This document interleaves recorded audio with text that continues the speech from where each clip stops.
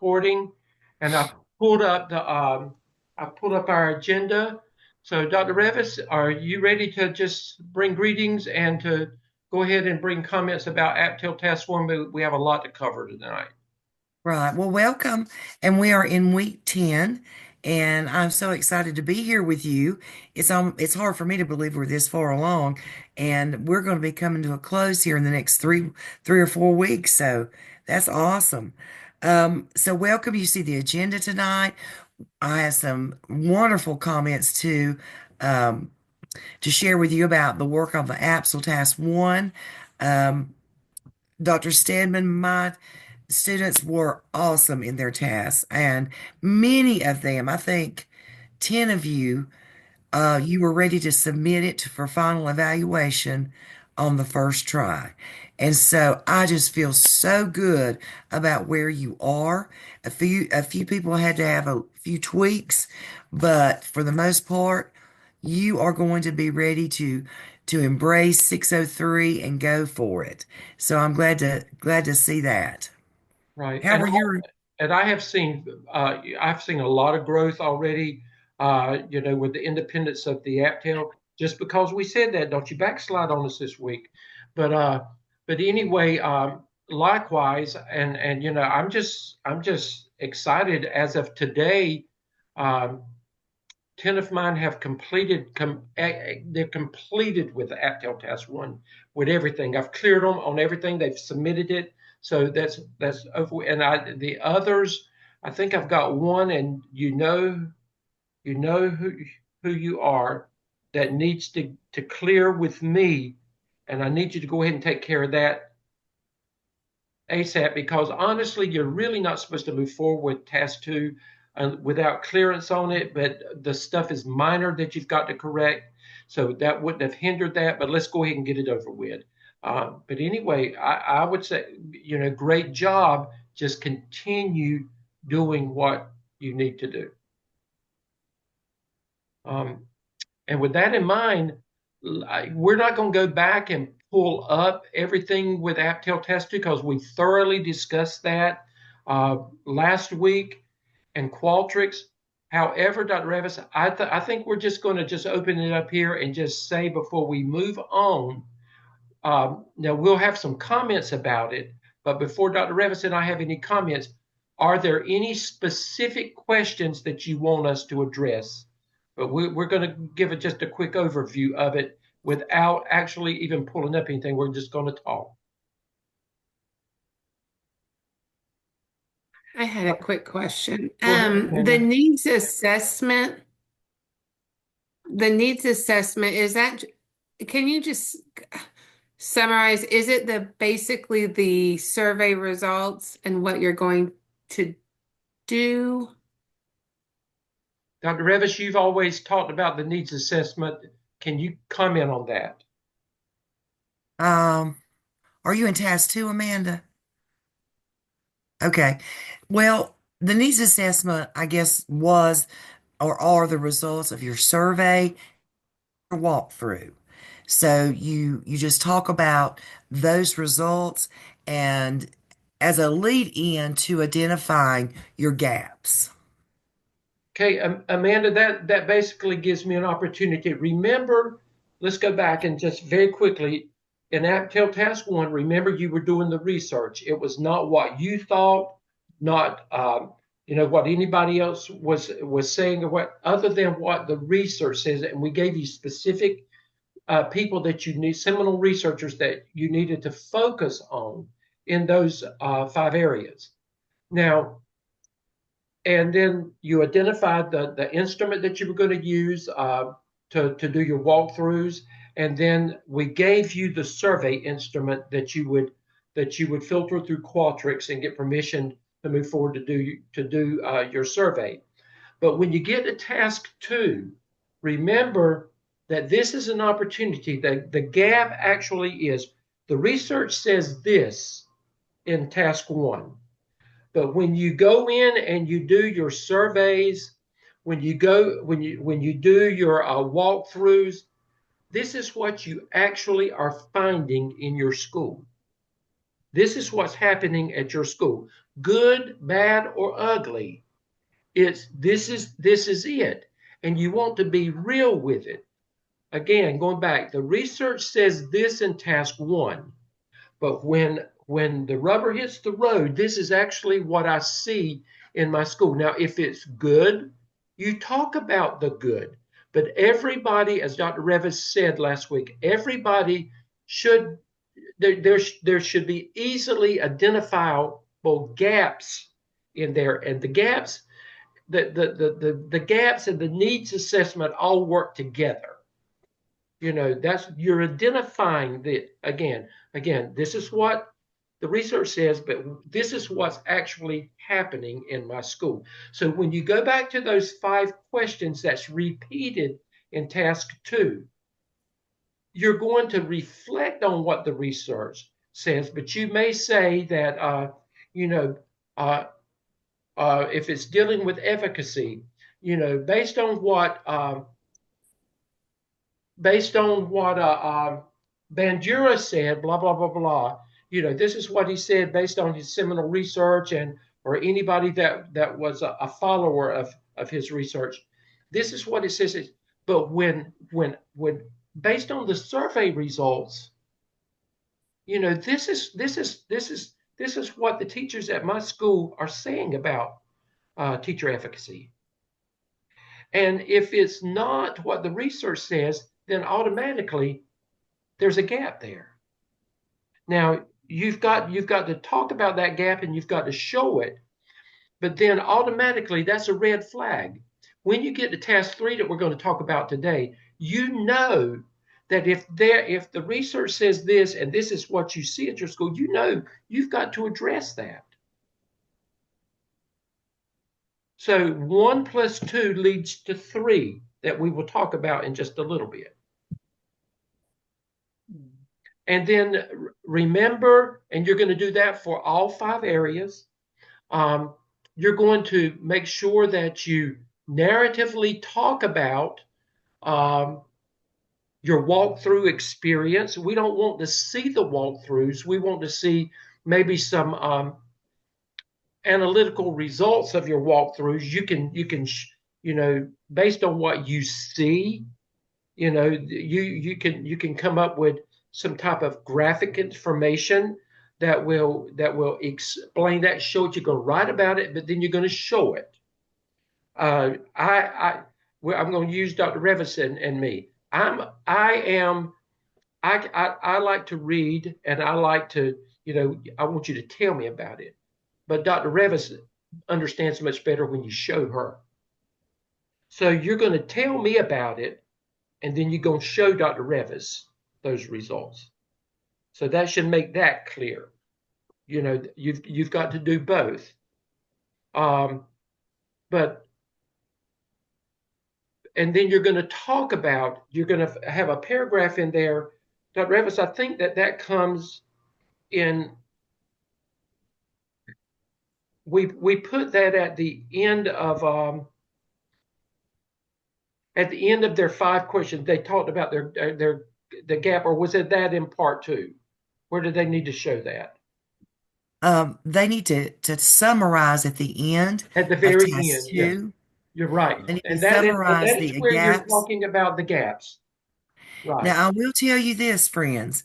Some evaluators want to see a gap in each of those 5 areas. Right. They want you, even if it's not a huge gap, they want you to identify an area for growth in each of those 5 areas. Some evaluators, they don't. Well, you never know who you're going to get. But I think it's always safe after you talk about teacher empowerment and leadership, talk about this is what the research says, this is what my survey data indicate, and or my walkthrough data, if the walkthrough data applies to that one, then you summarize each section with there appears to be an area of growth or a gap in this area. Don't do solutions. You're not trying to find solutions. You're not trying to say why there is a gap. You're just identifying gaps. And, Well, we educators are fixers.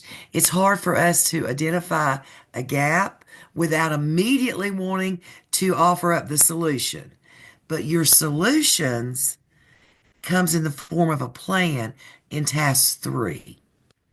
right. And thank you, Dr. Revitz, for talking about making sure that you identify. So just think about those of you that have been in the classroom and you've worked with academically gifted students. For the most part, they're going to be on top of about everything anyway.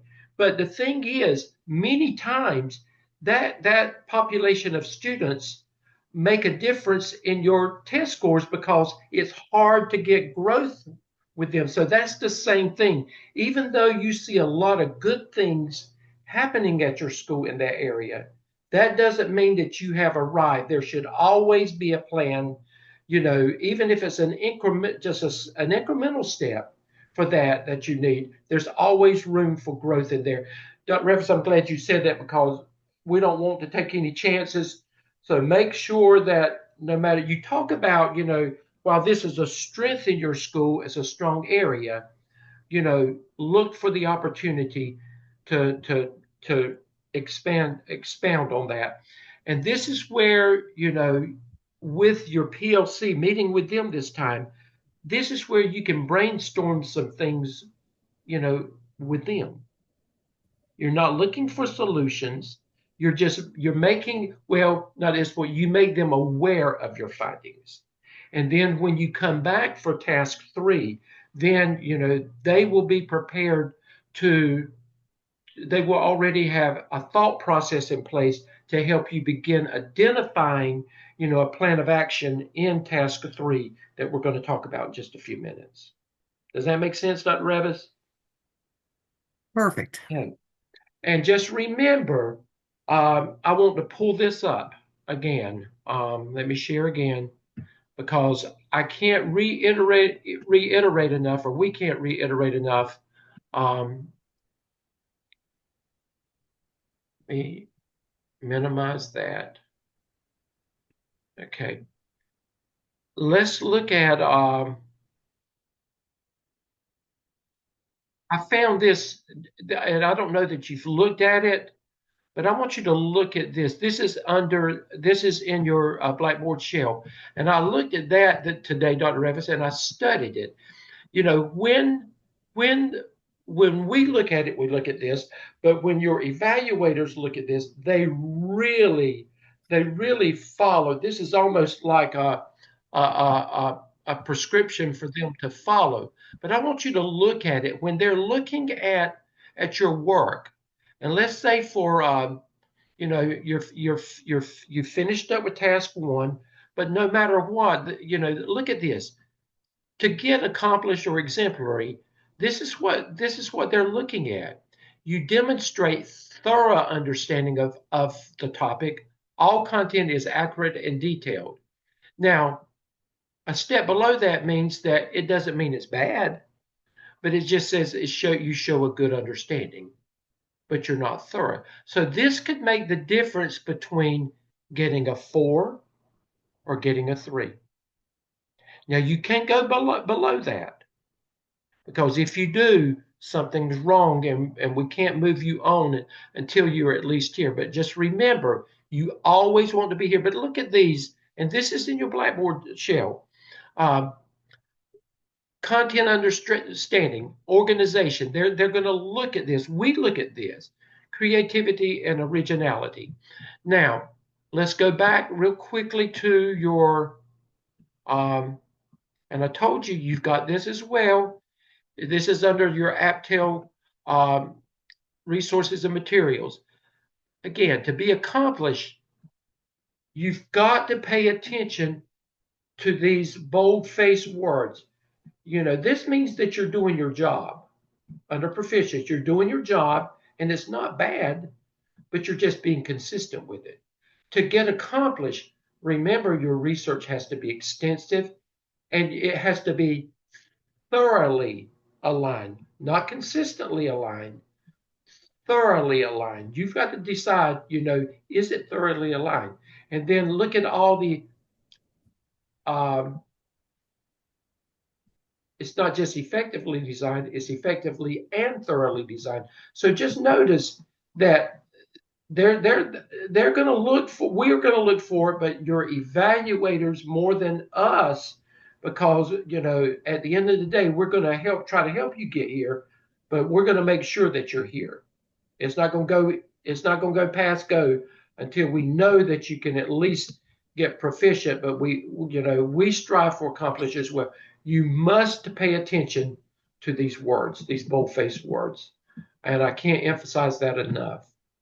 um, And also, if I can add, Go ahead. when you move to 603, all you're going to have is the rubric, that what he just showed you, the state rubric, and a template. You will not get helpful hints, documents, or any examples. So we want you to start really paying attention to that rubric so you can unpack it.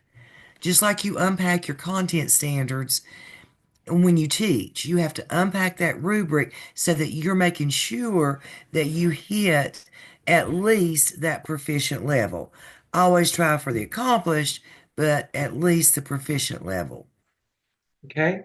Now, before we move on to introducing you to task 3, because there will be many of you that you'll be ready to jump on this before the weekend's over with, and that's a good thing.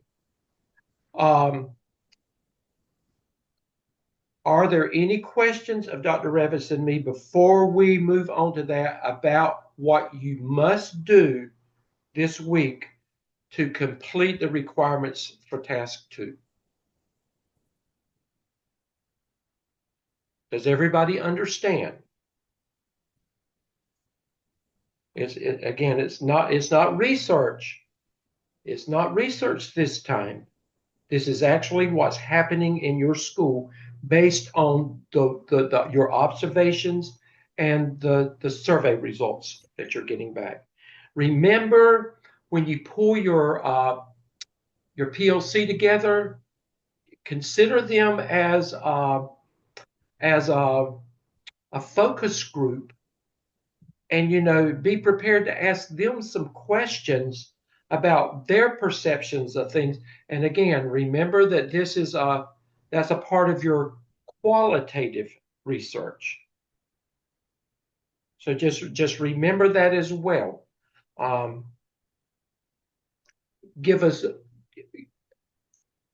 Make sure you give multiple, and prompt 2, make sure that you put multiple charts, graphs, etc. in there. And remember, all of them are called what? Figures. And make sure you follow your APA for that. Okay? Any questions about task 2? Give me a thumbs up. Give us a thumbs up if you're okay with this. Okay? Let me scroll over so I can see my other screen. Okay, got you. Looks like everybody's good, Dr. Revis. Almost. And we can stay after uh, class tonight if any of you have any further questions or want any further explanations. and we will. Okay. Okay. So with that in mind, Dr. Revis, let's just introduce them to task 3. Like I said, I know that there'll be people ready. So Dr. Revis, if you would Okay. lead into task 3. Do you mind if I share my screen? Absolutely. Let me stop Uh, sharing then. Okay. I've Let me got a stop little sharing. PowerPoint Cool. slide deck. Okay. Just has a few slides on it, and Okay. that way it gives you a good overview, I think. Good. Um, so task 3, you're actually going to have to convene your PLC for task 3. Okay. Now you can have a lot of things ready, and because you will already have your gaps identified, and I would have them and bring them into task 3. I would share it with them. Um, Typically we ask that you bring your BLC in on task 2, but so many of you are on spring break, that may be impossible. But your culminating activity in task 3 is another growth plan. This one is called Teacher Empowerment and Leadership Growth Plan. And you must engage your PLC in development of the growth plan. So that's the culminating activity. You have this is the same growth plan template that for in the APSL, the same headings through here. So, you should be able to fly through here pretty quickly. And I always recommend that you start with the table and then do your narrative work. Whatever works best for you is fine, but I like to start from the graphic organizer. And that's where you'll start with your committee. So you've you've got to do, let me back up just no, I think it's you've got to do 3 things. You've got to do a growth plan and you've got to do a presentation of that growth plan. And this has to be with school administrators and your school improvement team if possible, and record if possible. So your presentation is a slideshow or a slide deck, a PowerPoint, whatever, and you've got to include these 4 things: a report of your best Dr. practice. Revis, can I say something before you go any further? Sure. Okay. If your principal's on your team, that means you've got your school administration there already. Your school improvement team, remember, is different from your PLC. So you need to make sure that if you can't get with your whole SIT team, you ask your principal, you use your PLC, and for the presentation purposes, you call it a team with your administration and your school improvement team. You call it that.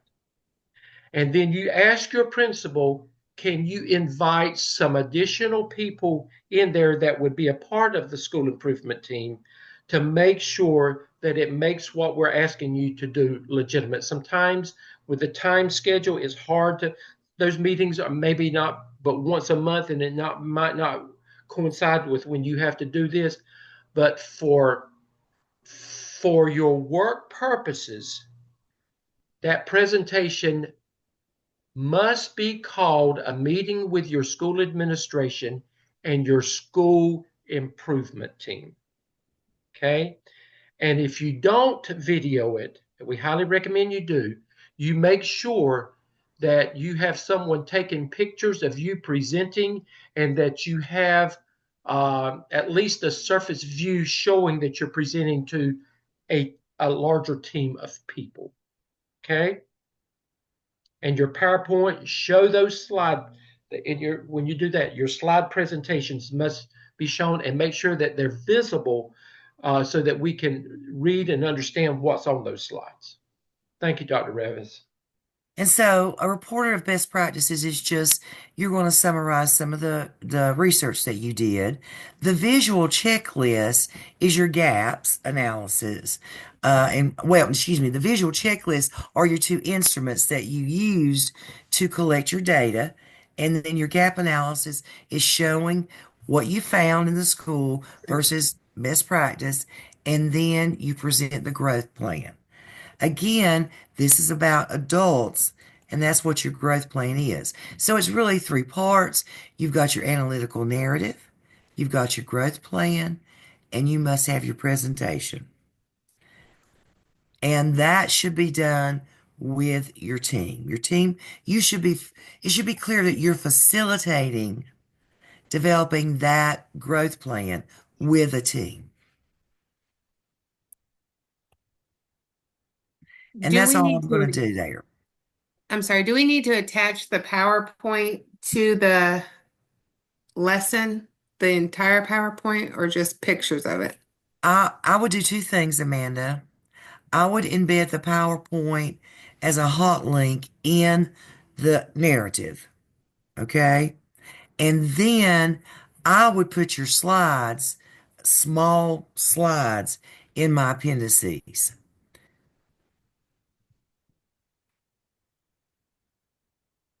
We have two hands raised. Okay. Um, Janique, I just want to make sure I understand when we present this slideshow, this should be with the school improvement team, not with our PLC, or with the PLC if we can't do the school improvement team. the Because I latter, know, the latter. If you can't get your school improvement team, then use your PLC. But make sure there's administrative team there. Okay? But okay, does it have to be all of them or most of them? I'm just thinking of timing. Yeah. Just if you have somebody that's already a member of your PLC, just use that person. Okay, thank you. Hmm. okay, Della. Does it count? Like I'm chair of the school improvement team. Wouldn't I count as a school improvement team member and my administrator since Yes, we're always present at yes, the yes. PCs to But document I, that? but I would try if I could, Della, to have at least a couple of more on in this presentation. We realize that it's hard to pull everybody together um, at one time. And again, go back and make sure that you call it the school improvement team. You may be using your PLC, but you've got some school improvement team members in there. So you call it your school improvement team so that your evaluator, this is for your evaluating purposes, okay? Okay.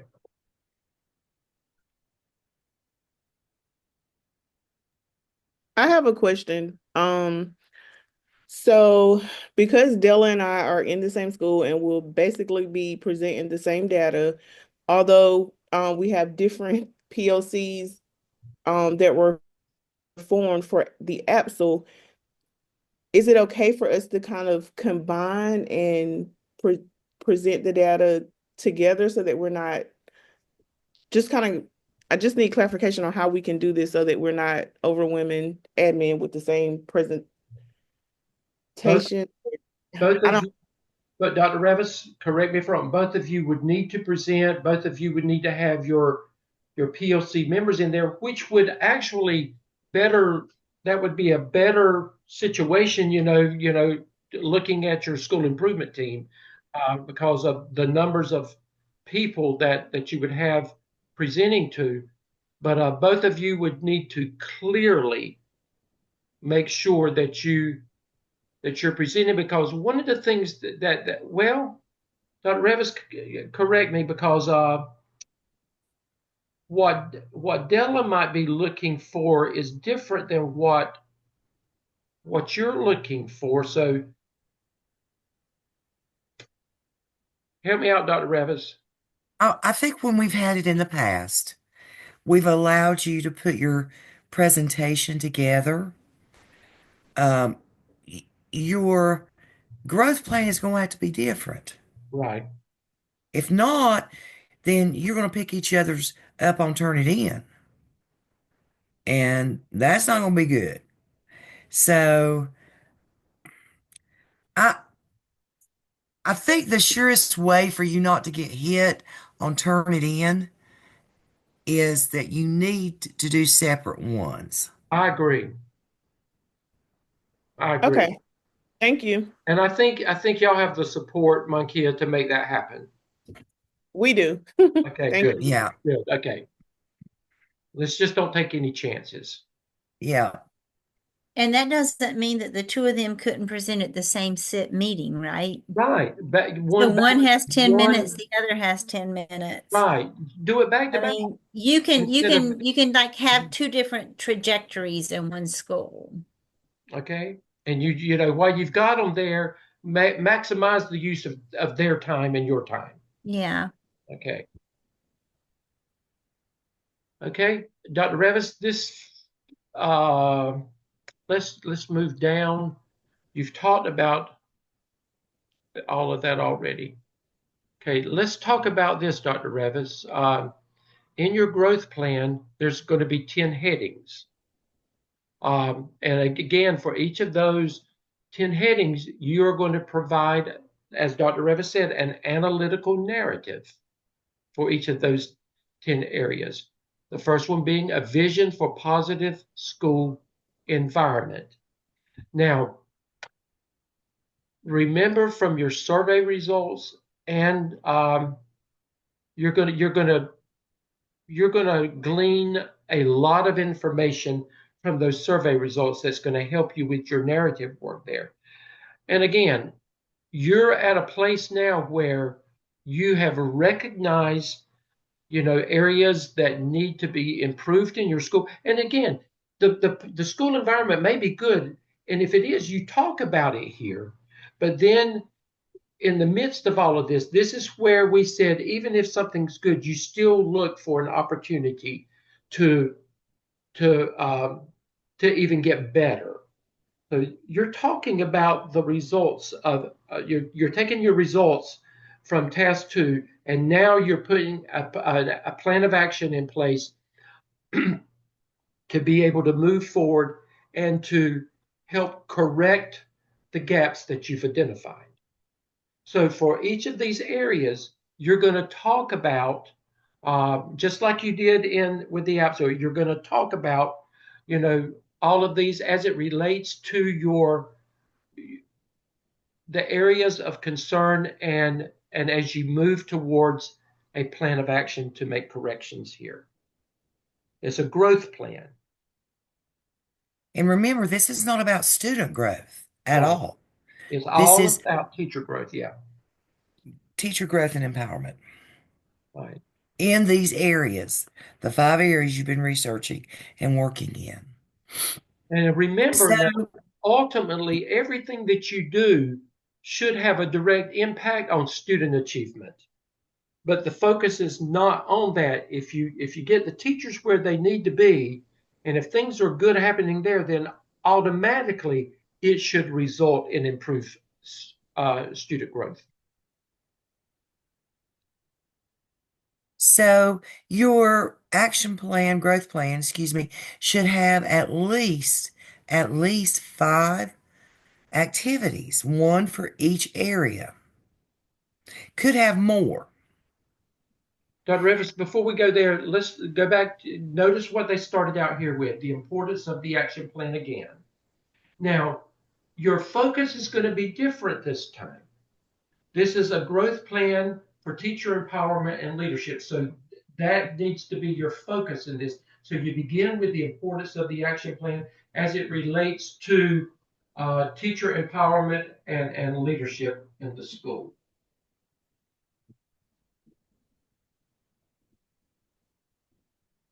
Here it all is. I'm going to come down, Dr. Revis, to the actual.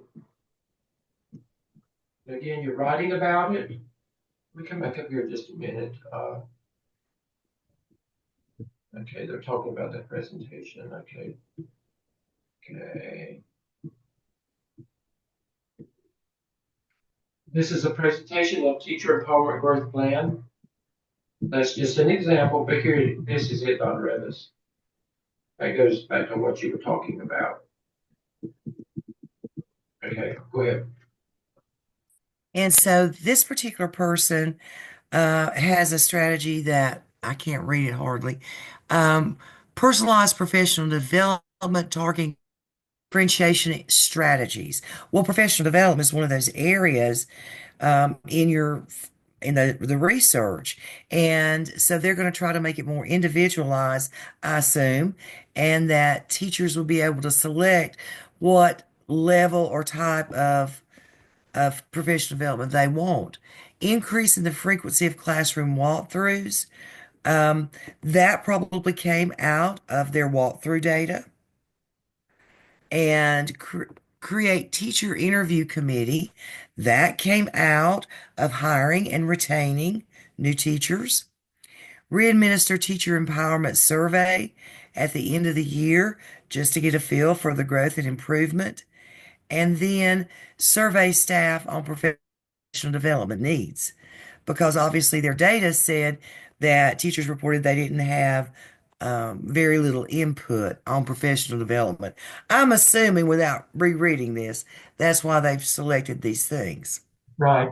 And Dr. Revis, again, remember it's a minimum of 5 activities, but don't put all your eggs in one basket. These activities should reflect everything that you've done in task 2. It should reflect those 5 areas that were surveyed. It should reflect the teacher walkthroughs in your school. And remember, this is a growth plan. So automatically, there must be, at least one of these must be professional development.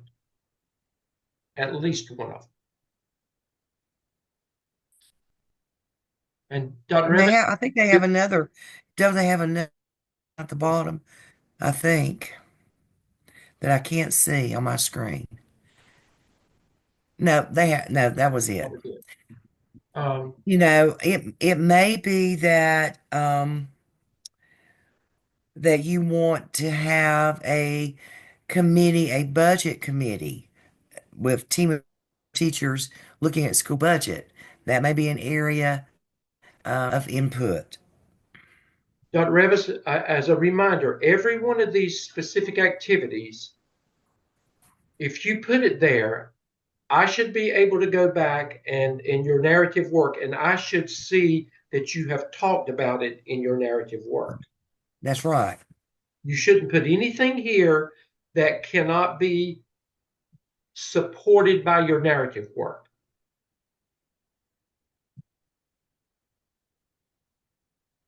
And then make sure that that you do an excellent job talking about the presentation of teacher empowerment and growth plan. This is your time to shine, with this. And but Dr. Revis, that's I mean, I say that's it, but that really that's it with what you have to do for task 3. Now, we're not asking at this point, we've given you a lot to think about. Your focus is on task 2 this week. Some of you will be ready to get started on task 3. And the whole purpose was to introduce this to you so you would have a point of reference to be able to start with and understanding.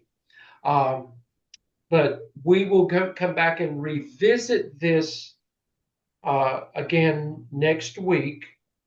And then you will have had time to have thought about it, and you can reach out to us in the meantime. If you do get started on it and you have questions, you can reach out to Dr. Revis or me, and we will we'll help you with that. But does it make sense? Do you understand now how task 1 and task 2 go together, the research and then actually what's happening, and how you put 1 plus 2 together to be able to put your growth plan together in task 3? Does it make sense? You get it. Okay. Dr. Revis, any more comments, or you think we need to say any more about this yet? I think we're good on task 3. Okay. Okay, and then I'm going to pull one more thing up, and then we're going to turn it over to Dr. Hamilton. Let me see. I'm working with an old computer. Both of mine, my other 2 are in the shop, and so I'm struggling with this one a little bit. I want to point out. Where am I? Okay, here it is. I'm going to the wrong thing. Here it is. Okay, in Blackboard, where your assignments for grade are, it's not due this week, but we're going ahead and make you aware of your AAPTEL Research and Development Zoom assignment. So Dr. Revis, if you would just remind them of their responsibilities for this assignment and talk about again, you may want to reiterate, some of the things you talked about with the apps of what we're expecting to see. Okay. Well, this is your third Zoom, and so you need to have a different Zoom master. And I know I've got several teams that just have three people on team. So, everybody should have an option to be the Zoom master with this one, unless you have four members. And then you've got four total Zooms, but this is number three. And this is the one in which you're just talking about the AAPTEL Task 1 and 2. Very similar to the first one that you did. Now, I'm not going to give you some dialogue starters at this point as the Zoom master. You come up with your dialogue starters. But what I would like to hear is about some of the research that you found interesting in each of those five areas and some of the gaps that you noted in your school. And I should hear a lot of researchers' names because you're talking about the research and then you're talking about your gaps. And this kind of aligns with what you did in task one and what you did in task two, which was the gap analysis. So you're talking about the research, what you found interesting or what you learned from the research, and then your gaps. It's a scholarly discussion again with a lot of researchers' names cited. And you can go on and talk about task three now that we've introduced you to it, and you'll actually be starting to work on it the week this is due. But it's definitely task one and two. So everybody participates. Zoom Master, I would suggest that you get the questions you're going to use or the discussion points you're going to use out to your team well in advance so people are prepared. And then you're going to participate in the Zoom meeting and then complete a one-page reflection on the team meeting and emphasis on your big three takeaways. And just like you did in the research and development Zoom assignment for the APSL, you've got to submit that reflection for a grade with the embedded Zoom link. Okay? Okay.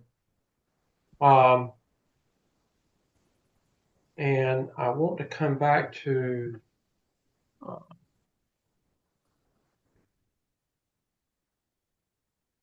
where did it go? Okay, so I'm going to stop share. Okay, so who wants to unmute? Tell Dr. Revis and me what we must, by Thursday of this week, what should be cleared. Somebody unmute and tell us what should be cleared by no later than Thursday at 6 o'clock this week.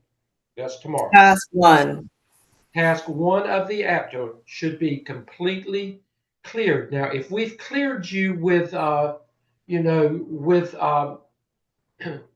there's no reason for you not to go ahead and submit it for, a final grade and get it over with. Okay, so I would go ahead and get by tomorrow evening at 6 o'clock. If I were you, I would have task 1 completely out of my way, and most of you have done that already. Okay, by Sunday this week at 6 o'clock, what should Dr. Revis and I see? Anybody? Somebody tell us. AAPTEL Task 2. The draft for AAPTEL Task 2. Okay, is there anything else this week? No. Okay. Okay, now AAPTEL Task 2. Now, let's look at week 11. That's not this Sunday, but next Sunday. We've introduced it. So what are the two big things, not this week, but next week, that we've talked to you about that will be what will be due for final at the end of week 11? Task 2. Task, Task 2. no, task, yeah, Task 3. task 3. Because you're going to, no, task 3 will be due for a review. And then you should have done, not this week, but next week, because I want people to get confused that I've got to do this week. Your research assignment, is it due this week or next week? Next week. It's due next week. So again, the only thing, as Tara said, that is due this week is you've got to finalize task 1, and then by Sunday you've got to give us task 2 for instructor review. Now you'll get quick feedback from us as you did with task 1, because this will give you an opportunity, like you did this week, to go ahead and get cleared with it and move on to task 3. We've introduced you to it. And what we're doing now is task 4. When you get to task 4, and we'll talk about that next week, task 4 is going to be just like task 5 was with the APSL, except you only have 9 to work with instead of 12, and we'll talk about that. And then we're going to get you through the AAPTEL so that you will have time to focus on the requirements for closing out task stream requirements with Dr. Hamilton. But do you see how much more efficient you are already with the AAPTEL than you were with the APSL? How much you've learned, how much you've grown? Come a long ways, Dr. Revis. Come a long way. Yes, they really have. So everybody understands that. I'm going to turn it over to Dr. Hamilton at this time, and then we will hang around for just a few minutes at the end if there are any questions. Okay, Dr. Hamilton. Thank you so much. I just want to say at this point, you should have 13 competencies checked off in your task stream competency folio, and your midterm internship log should be in with a minimum of 100 hours and checked off as well. I have provided individual feedback. I think regarding the internship log and the emails I've sent, everyone has replied and fulfilled that requirement with the exception of 3 people. So, that's good. I'll be following back up for those who have not done that. So you should currently have checked off. You'll get your response back from me in the internship log for communication, change management, conflict management, creative thinking, customer focus, delegation, dialogue inquiry, which was due this evening. Organizational ability, personal ethics and value, personal responsibility for performance, results orientation, systems thinking, time management, and then of course your midterm internship log. When all those things are due, if you would go to your calendar in your, go to calendar in Blackboard, in your internship shell. And like today, you will see on March 26th, you will see competency folio submission. You scroll down and you see that today it was the dialogue inquiry that was due. Then when you go on, so we now have 8 that are left that are due plus your final internship log. So you'll go on down to like next week and you can see that that competency folio submission is due for your emotional intelligence and environmental awareness. So you'll just see that. So that's those 2 next week, then 2 more, then 2 more. Then on the 23rd of April, that is when you'll have your last 2 that are due, in addition to your completed internship log, which has to be at least 200 hours that fall into the categories that we have previously discussed with your principal signature, and that does need to be one consecutive uploaded document with your principal's signature on there. I have provided feedback to you all. So please check that task stream competency folio for that feedback. Many of you are completely filled and done and everything's right. We have a few little quirks here and there that we need to deal with. But otherwise, and I have some Zooms after this class tonight to try to work out some quirks. But other than that, we're good. So, you know what you have to do. So you make sure you get that done and get that in. I'll be following up with people who are not, who are still struggling with some things. So remember, you do have that example from Anara Henderson that was provided towards the beginning of our class regarding how to do that competency folio. So I'll be following up individually, and that's all I have, Dr. Stedman. Okay, Thank you. Thanks, Dr. Hamilton. Okay. We're just about a little bit under schedule with the time, so we're going to open it up to you now. And if you're good to go, then you're feel free to leave. But if you have a question of any of us, we'll hang on line for just a little bit just to answer those questions. So have a great rest of your week for those of you that will be signing off now. So, any questions? Dr. Hamilton, I got on late, but I'm here. This is Jaquetta Hamilton. Oh, hi, Chiquetta. Thank you for letting me know. I had not counted you. Thank you so much. Yes, ma'am. Thank you, Dr. Hamilton. Thank you.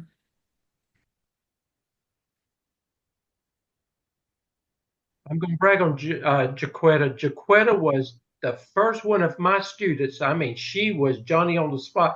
She got her mess in, and she cleared fast. Jaquetta, I was so proud of you.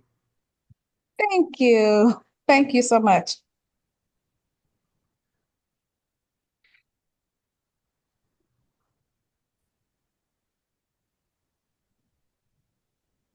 All right, I'm hanging up because I have some Zooms after this, okay? Okay. Thanks, Good night, Dr. Dr. Hamilton. Thank you. Okay, so Lita, you're clear. You know what to do now. Okay. Yes. Okay. Okay. Anybody? Okay, Kelsey? Yeah, I have a quick question. So, I'm in a weird situation because the first half of the internship and all the tasks, our principal was